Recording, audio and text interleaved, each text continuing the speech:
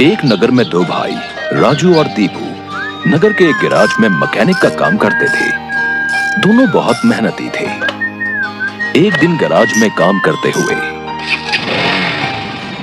भाई मैं सोच रहा था अगर हम ऐसे ही काम करते रहे तो एक दिन अपना एक गैराज खोल लेंगे और फिर जल्दी ही दूसरा और फिर तीसरा और जल्दी ही हर शहर में अपना एक गैराज होगा। ये कहने के बाद दोनों राजू और दीपू अपना काम बंद करके मुस्कुराते हुए ऊपर की ओर देखते हुए अपने ख्यालों में खो जाते हैं। सपने में राजू और दीपू अपने नए गैराज के उद्घाटन की रिबन काट रहे हैं। तभी पीछे से उसकी पीठ पर कोई धक्का देता है और दोनों घबरा के सपने से बाहर आते हैं। राजू के बगल में उसकी गैराज का मालिक, ग्रे शर्ट, काले पैंट, सिमटे हुए बाल और आंखों पे चश्मा। तुम दोनों से एक काम सही से नहीं होता। कल एक गाड़ी तुम लोगों ने बना के दी थी, ग्राहक का फोन आया था, उनकी गाड़ी से धुआं निकल रहा है और रास्ते में बंद हो गई है। ये 1 महीने में तुम्हारी 8वीं शिकायत है। मैं तुम दोनों को अभी काम से निकालता हूँ। निकल जाओ मेरे गैराज से। मालिक, पर यह भी तो हो सकता है उसकी गाड़ी खराब हो। हमने तो ठीक से ही काम किया था। खराब गाड़ियों को ठीक करना ही हमारा काम है। निकल जाओ यहाँ से। और मालिक दोनों को धक्के मार के बाहर निकाल देता है। राजू और दीपू अपने छोटे से कमरे की बिस्तर पर हैं। सामने की दीवार पर विष्णु भगवान की तस्वीर टंगी है। दीपू राजू से, भाई हम हर जगह मन लगा के काम करते हैं, फिर भी हमें हर जगह से निकाल दिया जाता है। किसी को हमारी कद्र ही नहीं। हाँ भाई, यहाँ किसी को हमारी कद्र नहीं है। चल किसी दूसरी जगह जाते हैं, वहाँ शायद हमारी कीमत हो।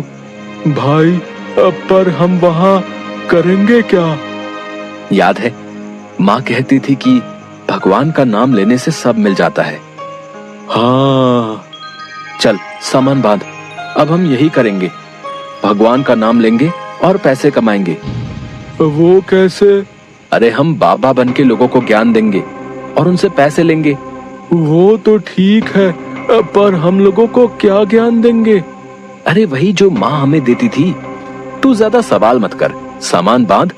हम राजा सूर्यदेव के चंपक नगर जा रहे हैं। चंपक नगर में राजू और दीपू गेरुए धोती और गेरुई शॉल में, कंधे तक बाल, गले में रुद्राक्ष की माला, पैरों में खड़ाऊ, कंधे पे लटकी मटमैली गठरी, कलाइयों में बंधी रुद्राक्ष की माला, एक बड़े बरगद के पेड़ के नीचे बने चबूतरे के सामने। ये राजा सूर्यदेव का चंपक नगर है। हम यहीं से शुरू करेंगे।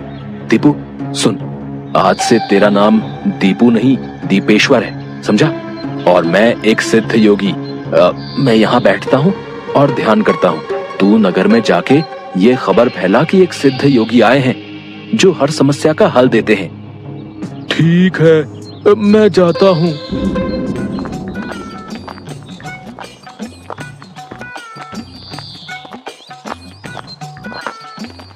भाई हमारे सिद्ध बाबा जी के लिए कुछ दान दो। ये कौन से बाबा हैं और कहाँ हैं? बड़े सिद्ध बाबा हैं, उनके पास हर समस्या का हल है। नगर के बाहर जो बड़ा बरगद का पेड़ है ना, वहाँ ठहरे हुए हैं। अगर तुम्हें कोई समस्या हो तो उनसे जाके मिल लो, वो तुम्हें हल जरूर बताएंगे। पर हाँ, दान के लिए कुछ लेकर जरूर आना। हाँ, मैं जरूर आऊंगा। औरों को भी बता दो, पूरे नगर का भला हो जाएगा। जरूर बाबा जी, जरूर। राजू पेड़ के नीचे ध्यान में बैठा हुआ है और दीपू थैले में सामान लेके उसके पास जाता है। मैंने नगर में खबर फैला दी है, जल्दी ही लोग यहाँ आते होंगे। तुम तैयार रहो। मैं तो कब से तैयार हूँ, देखते हैं क्या होता है। राजू फिर से ध्यान में बैठ जाता है। तभी नगर के लोग वहाँ आने लगते हैं और हाथ जोड़ के नीचे बैठे हैं। बाबा, हमारा काम नहीं चल रहा, कृपा करें।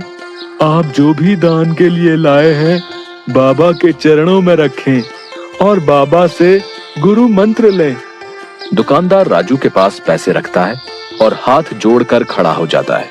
राजू इशारे से दुकानदार को अपने पास बुलाता है और उसके कान में कहता है, श्री राम, हर बिक्री के समय मन में ये नाम का जाप करो, बिक्री बढ़ जाएगी। याद रहे, अपना ये मंत्र किसी को नहीं बताना, अपनी पत्नी को भी नहीं। जैसी आपकी आज्ञा बाबा जी। महाराज, आप राजकुमारी के लिए एक योग्य वर तलाश रहे थे। हमारे गांव में एक सिद्ध योगी आए हैं जो तेजवान हैं और राजकुमारी के लिए एकदम श्रेष्ठ हैं। गुरुदेव, मुझे आपके चयन पर पूरा विश्वास है। अगर आपने चुना है तो वो राजकुमारी के लिए अवश्य ही उत्तम होगा। सोने, जवाहरात और अनेक उपहार लाओ।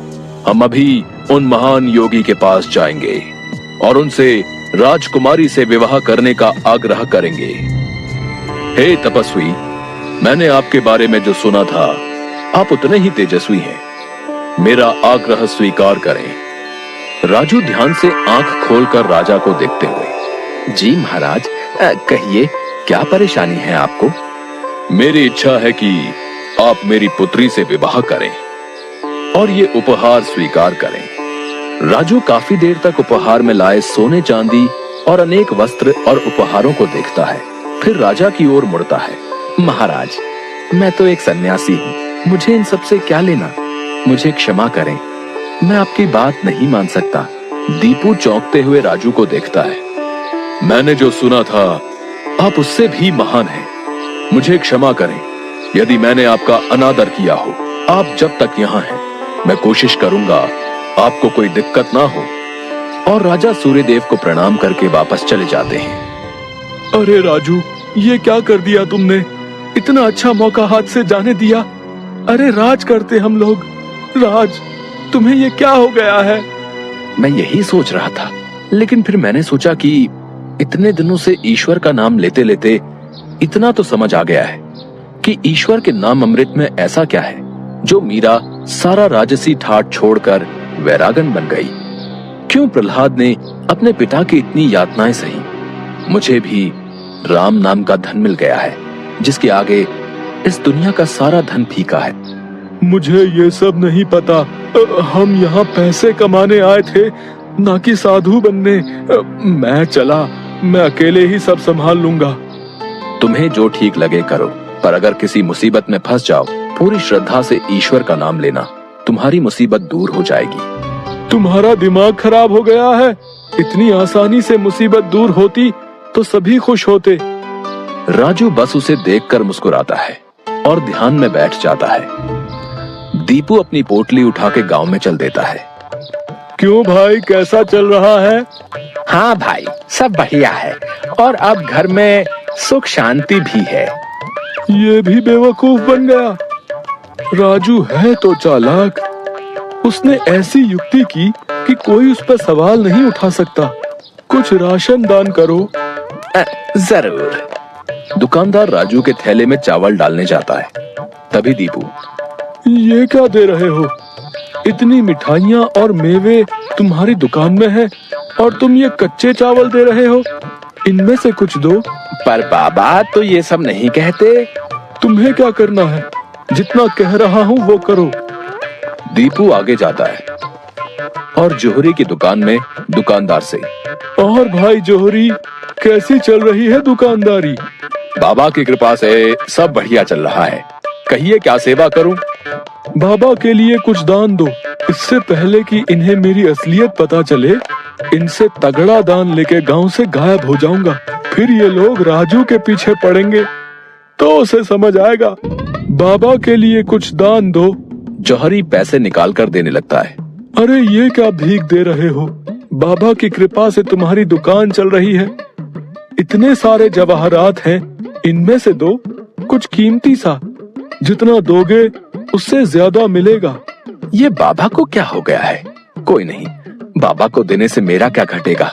जौहरी एक सोने की हार दीपू को दे देता है। ये लीजिए बाबा। अच्छा धन बटोर लिया है मैंने। इससे काफी दिनों तक काम चल जाएगा। बड़ी भूख लग गई है, कुछ मिठाइयाँ खा लूं।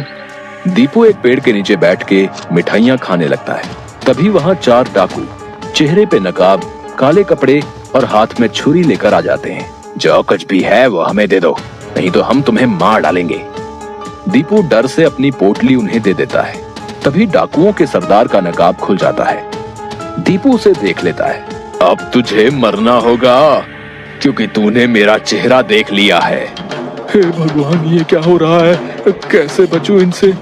भागने की कोशिश की तो ये लोग पकड़ लेंगे, क्या करूं?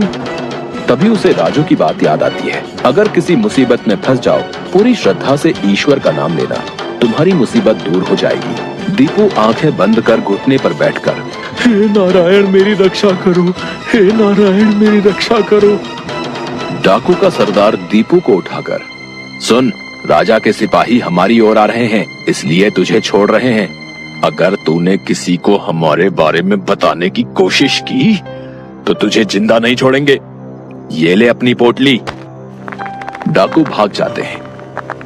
दीपू सामने से सिपाहियों को आते देख मन में, हे नारायण, मुझसे भूल हुई जो मैं राजू की बात को समझ नहीं पाया। मैं राजू के पास वापस जा रहा हूँ और उसके साथ रहकर आपके ध्यान में अपना जीवन बिताऊंगा।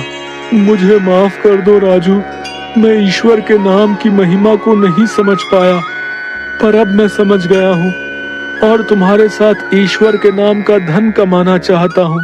राजू दीपू को गले से लगाता है